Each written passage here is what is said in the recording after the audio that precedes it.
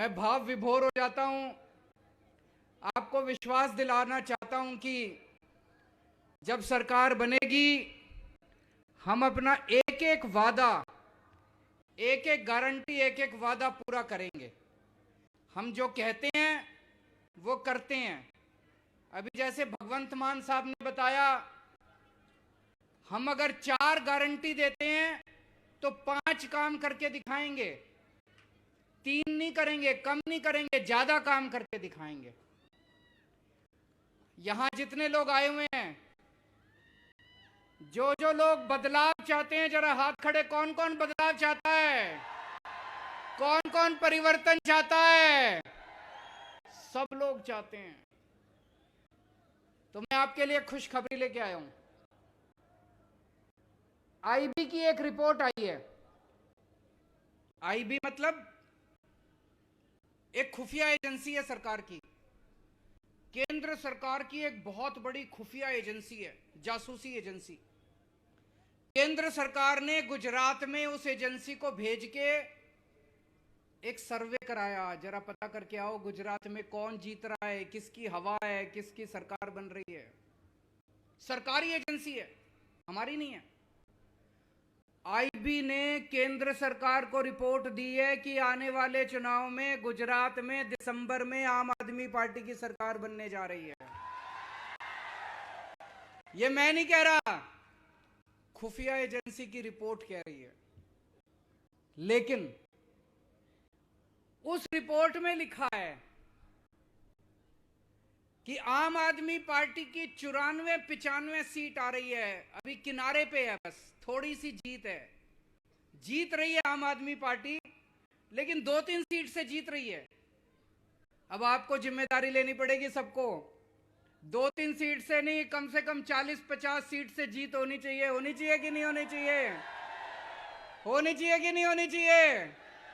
मेहनत करनी पड़ेगी, मेहनत करनी पड़ेगी। जो अभी मान साहब ने भी कहा, ईशुदान भाई ने भी कहा कि 40 दिन रह गए, 50 दिन रह गए चुनाव के। अब थोड़ी सी अगर धक्का मारेंगे, जोर का धक्का मारेंगे, तो पंजाब के और दिल्ली के रिकॉर्ड टूट जाएंगे। गुजरात में इतनी सीट आनी चाहिए, इतनी सीट आनी चाहिए। तो अब सरकार तो बनने जा रही है, मेहनत करेंगे। करेंगे कि नहीं करेंगे मेहनत? सरकार तो बनने जा रही है। 1 दिसंबर को सरकार बनेगी आम आदमी पार्टी की। सबसे पहला काम क्या करेंगे? भ्रष्टाचार खत्म करेंगे गुजरात से। मेरे को कोई बता रहा था, एक एमएलए है, जब वो चुनाव लड़ा, गुजरात का एमएलए है, पिछला चुनाव जब वो लड़ा उसकी 4 एकड़ जमीन थी। एकड़ ही बोलते हैं यहां पे गुजराती में। 4 एकड़ जमीन थी। आज 5 साल के बाद उसकी 1000 एकड़ जमीन हो गई। 1000 एकड़ कहां से आई? कहां से आई? है ना? सबका यही हाल है। सारे एमएलए, मंत्री, संतरी जितने हैं, लूट लिया इन लोगों ने। कहते हैं सरकार घाटे में चल रही है। सरकार घाटे कहां जा रहा है? सारा पैसा घाटे में क्यों चल रही है? आप लोग इतना टैक्स देते हो। आप लोग सवेरे उठ के शाम तक रोटी खाते हो, उस पे टैक्स। दूध पीते हो, उस पे टैक्स। पंखा चलाते हो, उस पे टैक्स। साबुन इस्तेमाल करते हो, इतना टैक्स देते हो आप लोग। गरीब से गरीब आदमी टैक्स देता है। कहां जाता है सारा पैसा? गुजरात सरकार हर साल 2.5 लाख करोड़ रुपए खर्च करती है। 2.5 लाख करोड़ रुपए। बाप रे बाप, 2.5 लाख करोड़। मैं आपसे पूछना चाहता हूं, आपके गांव में 27 साल में कोई सड़क बनी? कोई स्कूल बना? कोई अस्पताल बना? किसी को दवा दारू दी इन्होंने? कोई काम कराया इन्होंने? कोई काम नहीं कराया इन्होंने। 27 साल में इन्होंने कोई काम नहीं कराया। ये हर साल 2.5 लाख करोड़ रुपया खर्च कहां करते हैं?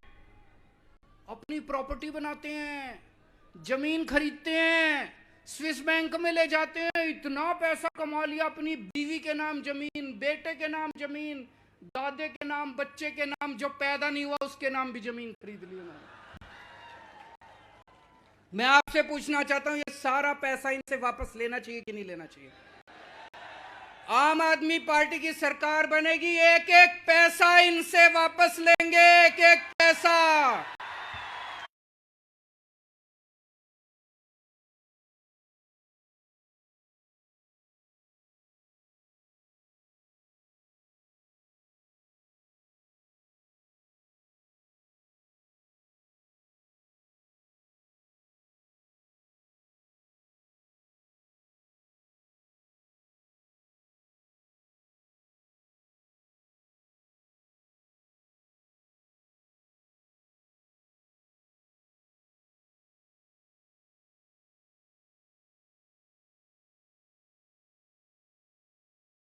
और अगर हमारा कोई भ्रष्टाचार करेगा, सीधा जेल जाएगा वो।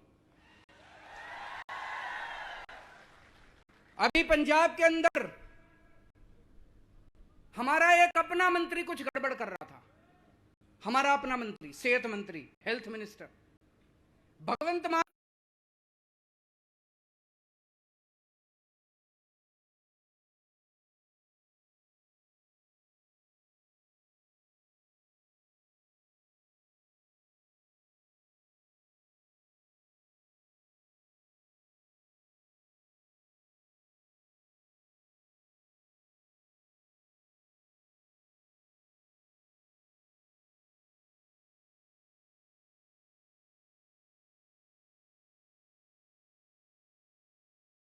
करेगा, उसको छोड़ूंगा नहीं मैं। आपका काम करके जाएगा, कोई रिश्वत देने की जरूरत नहीं है। तो भ्रष्टाचार खत्म करेंगे, खूब पैसा बचेगा, खूब पैसा बचेगा, खूब पैसा बचेगा, खूब पैसा बचेगा। पैसे की कमी नहीं है, पैसे बहुत है सरकारों के पास, बहुत पैसा है इनके पास। उस पैसे से क्या करेंगे? सबसे पहले आपकी बिजली मुफ्त करेंगे। करनी चाहिए कि नहीं करनी चाहिए? 1 मार्च के बाद महंगाई बहुत हो रही है। मेरे पास बहुत लोग आते हैं गुजरात से, कहते हैं कि सर बहुत महंगाई हो गई, घर का खर्चा नहीं चल रहा, बच्चे पालने को पैसे नहीं है, हर चीज महंगी होती जा रही है, आमदनी बढ़ती नहीं है, सैलरी तनख्वाह बढ़ती नहीं है। दिल्ली के अंदर और पंजाब के अंदर हमने लोगों की बिजली मुफ्त कर दी, और जितनी पुराने बिल थे, पुराने जैसे किसी का 70,000 बकाया था, किसी का 80,000 बकाया था, किसी का 1 लाख बकाया था, पुराने सारे बिल माफ कर दिए। अभी बिजली मुफ्त कर दी तो लोगों के 0 बिल आते हैं दिल्ली के अंदर और पंजाब के अंदर। 0 दिल्ली में लगभग 42 लाख लोगों के 0 बिल आते हैं, पंजाब में 50 लाख घरों के 0 बिल आते हैं। गुजरात के अंदर 0 बिल चाहिए कि नहीं चाहिए? 1 मार्च के बाद से नोट कर लो, 1 दिसंबर को सरकार बनेगी, 2-3 महीने लगेंगे सारी कार्रवाई पूरी करने में। 1 मार्च से गुजरात के लोगों के 0 बिजली के बिल आया करेंगे। ये दोनों पार्टियां मेरे को खूब गाली दे रही हैं, कह रही हैं केजरीवाल फ्री की रेवड़ी बांट रहा है, केजरीवाल फ्री बिजली क्यों देता है, केजरीवाल फ्री बिजली क्यों देता है। गुजरात के मुख्यमंत्री को हर महीने 5,000 यूनिट बिजली मुफ्त मिलती है। गुजरात के मंत्रियों को हर महीने 4-4 हजार यूनिट बिजली मुफ्त मिलती है। गुजरात के मुख्यमंत्री को बिजली फ्री मिले तो कोई बात नहीं, गुजरात के मंत्री को बिजली फ्री मिले तो कोई बात नहीं, गुजरात की जनता को 300 यूनिट बिजली मुफ्त मिल जाए तो इनको मिर्ची लगती है। अगर मुख्यमंत्री को बिजली फ्री मिलती है, मंत्री को बिजली फ्री मिलती है, तो जनता को मिलनी चाहिए कि नहीं मिलनी चाहिए? आपको बिजली मुफ्त देंगे। 1 मार्च से आपका बिजली का बिल 0 आया करेगा। दूसरा काम करेंगे, 18 साल से ऊपर की जितनी महिलाएं हैं, जितनी बेटियां, जितनी बहनें, जितनी माएं, हर महिला के अकाउंट में हर महीने 1-1 हजार रुपए डलवाया करेंगे। जितनी महिलाएं बैठी हैं, जितने अपने परिवार में सब लोग बोल देना, 18 साल से ऊपर की जितनी महिलाएं हैं, अगर उनका बैंक अकाउंट नहीं है तो बैंक अकाउंट खुलवा लें। सरकार बनने के बाद हर महिला के अकाउंट में हर महीने 1,000 रुपए डाला करेंगे। ये लोग इस पे भी मेरे को खूब गालियां देते हैं, कहते हैं महिलाओं को पैसे देने की क्या जरूरत है। दोस्तों, आपको भी पता होगा, बहुत सारे लोग मैं देख रहा हूं बहुत गरीब परिवारों के हैं। कई ऐसी बेटियां हैं, पैसे की कमी के कारण उनकी पढ़ाई छूट जाती है। कॉलेज के पैसे देने के नहीं है पिताजी के पास, बस का किराया देने के लिए नहीं है पिताजी के पास। अगर उस बेटी के जेब में 1,000 रुपए जाएंगे तो वो अपनी पढ़ाई पूरी कर लेगी कि नहीं कर लेगी? कितनी ऐसी बहनें हैं, महंगाई की वजह से वो अपने बच्चों को दूध नहीं पिला पाती, वो अपने बच्चों को सब्जी नहीं खिला पाती, वो अपने बच्चों को ठीक से पढ़ा नहीं पाती। ऐसी बहन की जेब में 1,000 रुपए जाएंगे तो वो अपने बच्चों को ठीक से पाल सकती है कि नहीं पाल सकती? तो 1,000 रुपए हर महिला को हम उसके अकाउंट में देंगे। मैं सभी महिलाओं को कहना चाहता हूं, हवे तुम्हारे चिंता करवानी जरूरी नहीं, तुम्हारो भाई आवी गयो छे।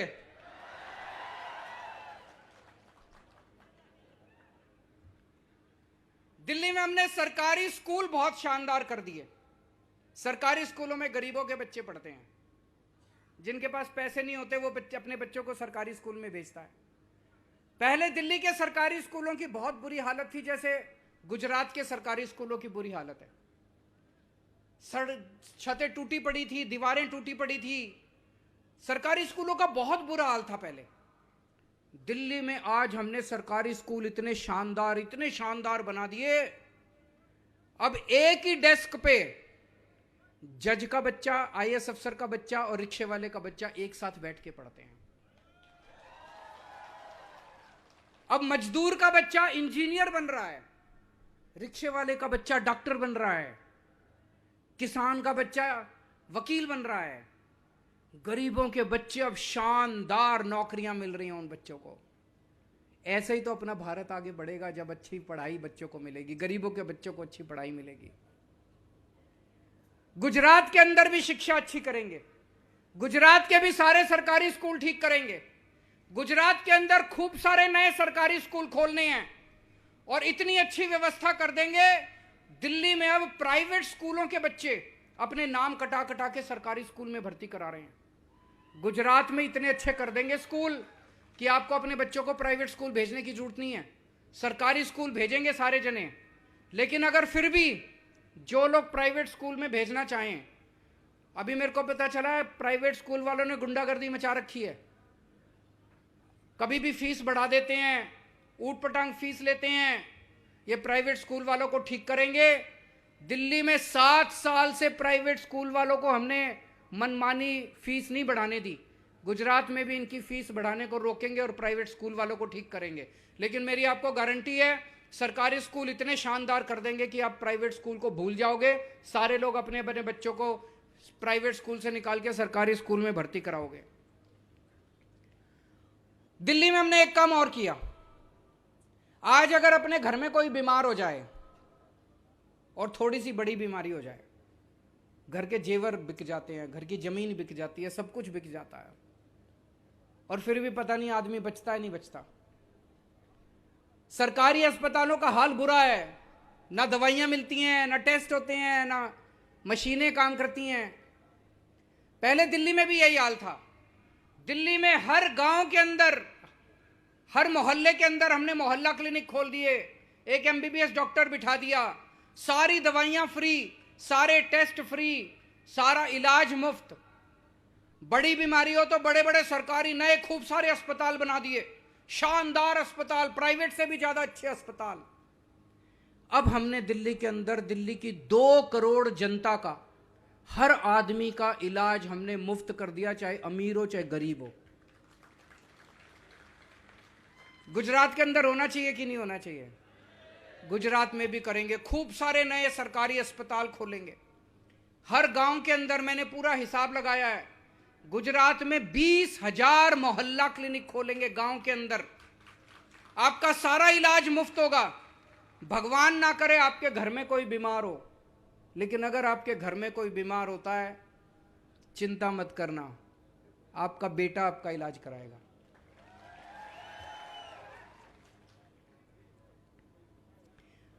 मेरे को राजनीति करनी नहीं आती, मेरे को गुंडागर्दी करनी नहीं आती, मेरे को भ्रष्टाचार करना नहीं आता। मेरे को स्कूल बनाने आते हैं, मेरे को अस्पताल बनाने आते हैं। अगर गुंडागर्दी चाहिए, उन लोगों को वोट दे देना, 27 साल से देते आए हो। भ्रष्टाचार चाहिए, लफंगाई चाहिए, उनको वोट दे देना। अपने बच्चों के लिए स्कूल बनवाने हो, अपने परिवार के लिए अस्पताल बनवाने हो, तो मेरे पास आ जाना, मैं बनवा दूंगा।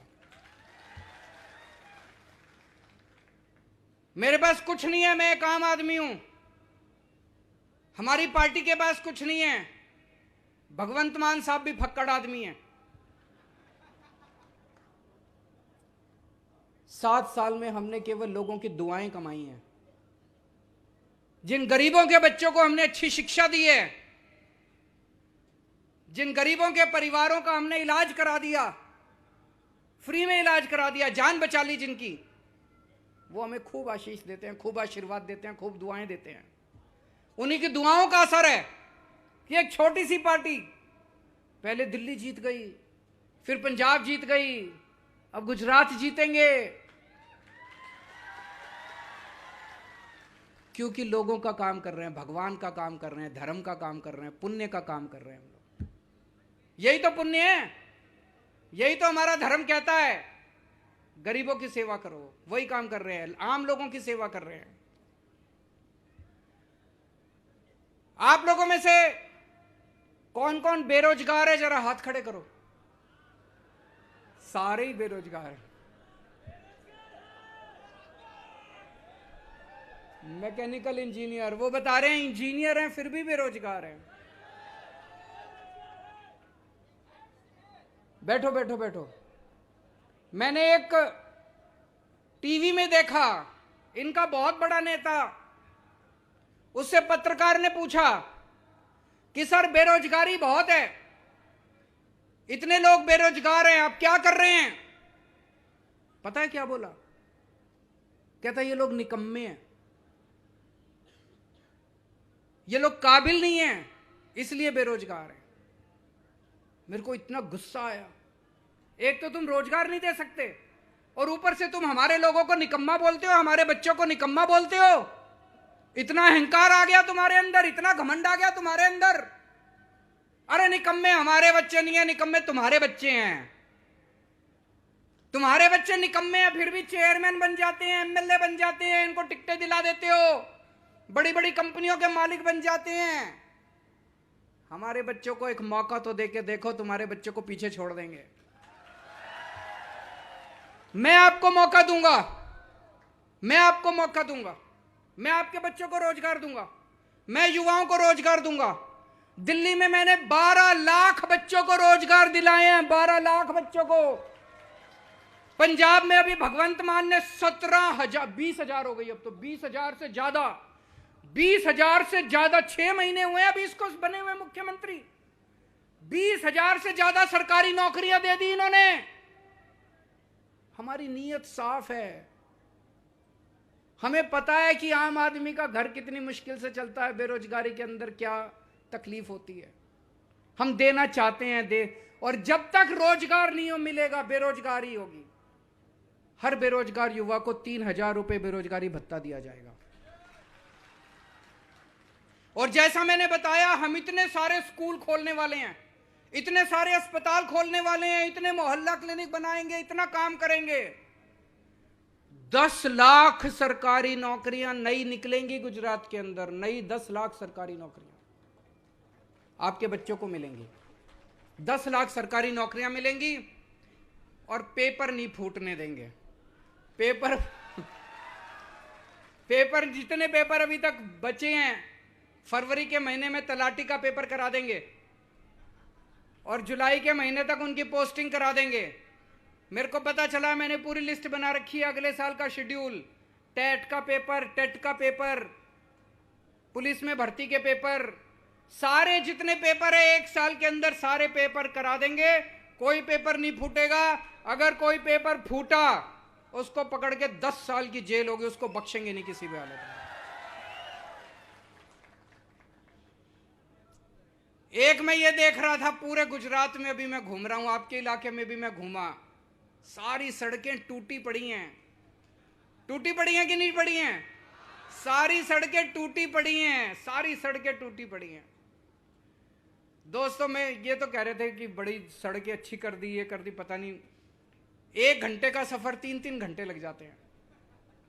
ये सारी सड़कें बनाएंगे ईमानदारी से, जब सरकार होगी खूब पैसा बचेगा, उस पैसे से सारी आपकी सड़कें भी बनाएंगे।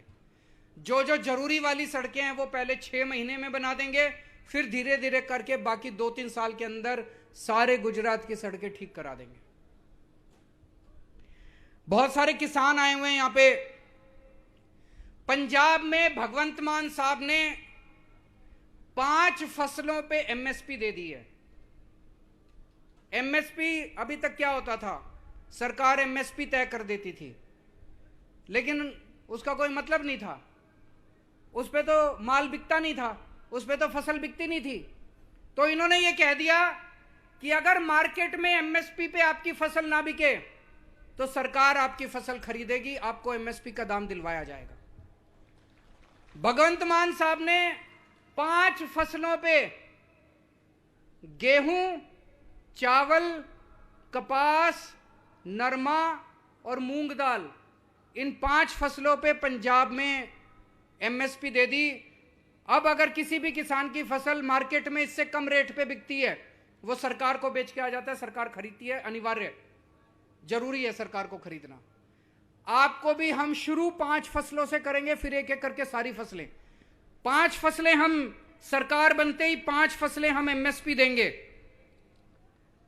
गेहूं, चावल, चना, मूंगफली, कपास, ये 5 फसलों पे गुजरात के अंदर हम एमएसपी देंगे।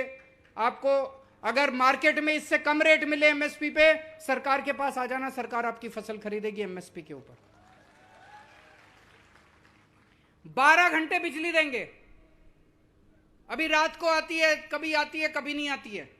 दोपहर के अंदर 12 घंटे आपको बिजली देंगे। सिंचाई की व्यवस्था करेंगे। कई साल हो गए अभी तक नर्मदा का पानी नहीं पहुंचा चारों तरफ। सिंचाई की व्यवस्था करेंगे।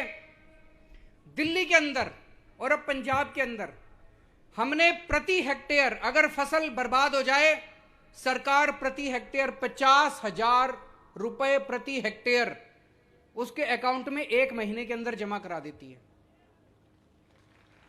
होना चाहिए नहीं होना चाहिए? यह गुजरात में भी लागू करेंगे। अयोध्या में अगले साल भगवान श्री राम का मंदिर बनके तैयार हो जाएगा।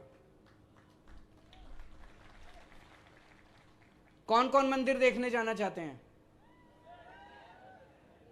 सब लोग जाना चाहते हैं, लेकिन आना जाना, खाना पीना, रहना बड़ा महंगा है कि नहीं है?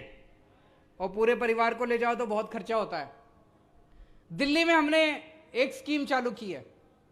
दिल्ली वालों को मैं फ्री में अयोध्या जी के, रामचंद्र जी के दर्शन करा के लाता हूं। स्पेशल ट्रेन जाती है दिल्ली से, उस ट्रेन में सारे राम भक्त होते हैं। लोगों का आना जाना, खाना पीना, रहना, सब कुछ आपके घर से लेके जाते हैं। घर से लेके जाते हैं, अयोध्या जी में राम मंदिर के दर्शन कराते हैं, वापस घर छोड़ के आते हैं। सब कुछ फ्री होता है। जब ट्रेन जाती है मैं उनको छोड़ने जाता हूं, जब ट्रेन वापस आती है मैं ट्रेन पे उनको लेने जाता हूं, जितने लोग जाते हैं। जब वापस आते हैं इतना आशीर्वाद देते हैं वो लोग, इतना आशीर्वाद देते हैं। कई बुजुर्ग लोग कहते जी बस जिंदगी की आखिरी तमन्ना थी, पूरी हो गई, अब भगवान उठा भी ले तो किसी चीज की कोई,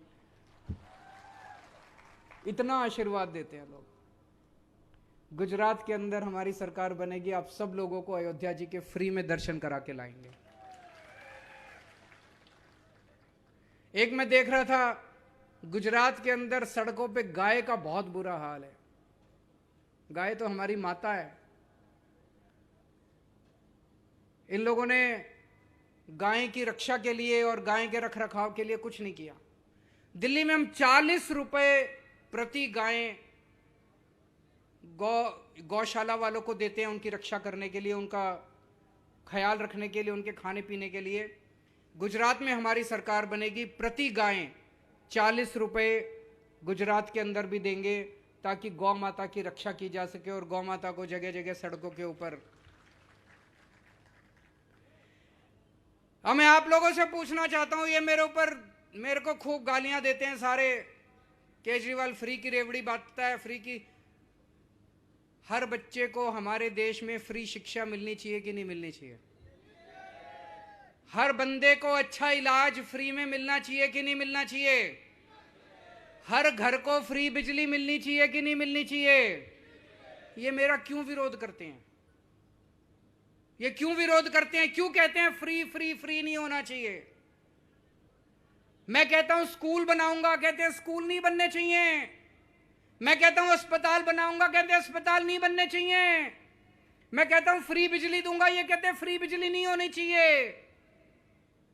इनको ये डर लगता है कि अगर ये फ्री में दे दिया सब कुछ तो इनके लूटने के लिए पैसा नहीं बचेगा। है कि नहीं है? जो इसने 4 एकड़ जमीन से 1000 एकड़ हो गई, पैसा कहां से आया? यहीं से तो लूटा। अगर ये फ्री बिजली दे देते तो पैसा ही नहीं बचता लूटने के लिए। अस्पताल बनाने लग जाते तो पैसा ही नहीं बचता लूटने के लिए। स्कूल बनाने लग जाते तो पैसा ही नहीं बचता लूटने के लिए। इसलिए कहते हैं ये फ्री बंद करो, फ्री बंद करो। ये केजरीवाल को रोको, केजरीवाल को रोको। रोज गालियां देते हैं मेरे को, और दोनों पार्टी इकट्ठी होकर गालियां देती है। दोनों पार्टी इकट्ठी हो गई है इनको लूटने। अगर कोई कहे ना फ्री गड़बड़ है, फ्री रेवड़ी नहीं होनी चाहिए, समझ लेना उस आदमी की नीयत खराब है, उसके मन में खोट है। वो आदमी भ्रष्टाचारी है, वो पैसे कमाना चाहता है, उसकी नीयत खराब है, समझ लेना। कोई भी नेता देखो, कोई भी नेता खड़ा होकर कहे अरे फ्री नहीं होना चाहिए, फ्री नहीं होना चाहिए, फ्री गड़बड़ है, फ्री नहीं होना चाहिए, समझ लेना नेता बदमाश है।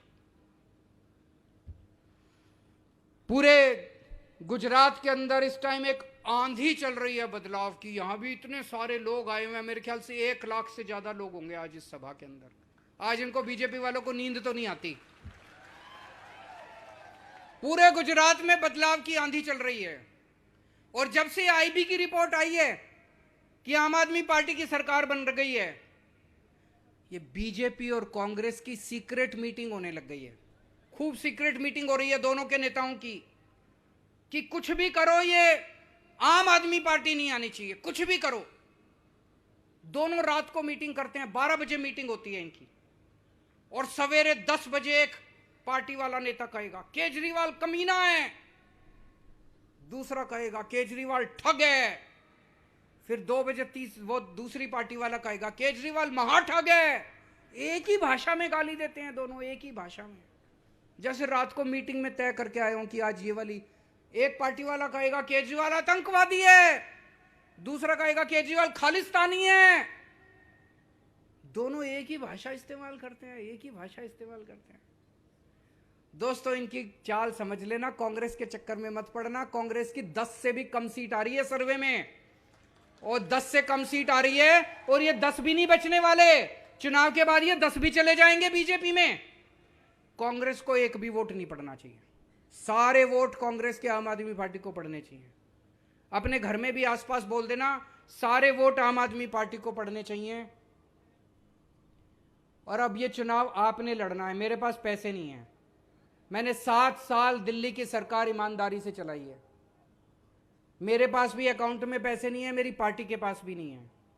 आप लोगों को अपने बच्चों के भविष्य के लिए चुनाव लड़ना पड़ेगा, तो सबसे पहला काम करना पड़ेगा, अभी ये खत्म होते ही अपने अपने फोन निकाल लेना। फोन निकाल के व्हाट्सएप में जितने लोग हैं सबको मैसेज भेज देना कि भाई इस बार मैं तो आम आदमी पार्टी को दे रहा हूं, तू भी दे दे अपने बच्चों के भविष्य के लिए। बोलो करोगे?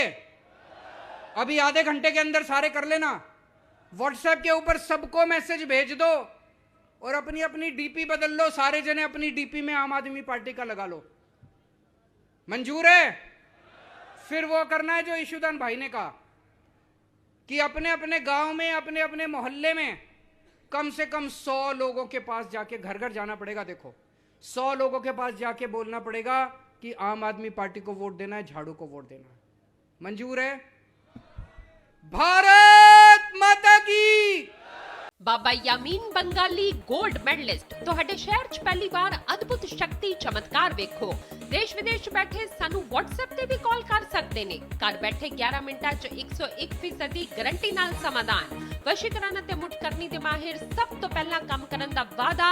ਨੌਕਰੀ, ਪ੍ਰਮੋਸ਼ਨ, ਕਾਰੋਬਾਰ 'ਚ ਪਰੇਸ਼ਾਨੀ, ਘਰ 'ਚ ਝਗੜਾ, ਬਰਕਤ, ਔਲਾਦ ਕਹਿਣੇ ਤੋਂ ਬਾਹਰ ਹੋਣਾ, ਕੋਰਟ ਕੇਸ, ਤਲਾਕ, ਪ੍ਰਾਪਰਟੀ ਡਿਸਪਿਊਟ, ਗੁਪਤ ਰੋਗ, ਪੁਰਾਣਾ ਦਰਦ, ਪਤੀ ਪਤਨੀ ਚੰਬਨ, ਜਾਦੂ ਟੋਣਾ, ਮਨਮੋੜੀ ਵਸ਼ੀਕਰਨ ਕਰਵਾਉਣਾ ਜਾਂ ਤੁੜਵਾਉਣਾ, ਸੌਤਨ ਦੁਸ਼ਮਣ ਤੋਂ ਛੁਟਕਾਰਾ, ਸਦਾ ਲਈ ਰੁੱਸੇ ਨੂੰ ਮਨਾਉਣਾ, ਪਿਆਰ ਮੁਹੱਬਤ। ਬਾਬਾ ਯਾਮੀਨ ਬੰਗਾਲੀ 96 435 032 21।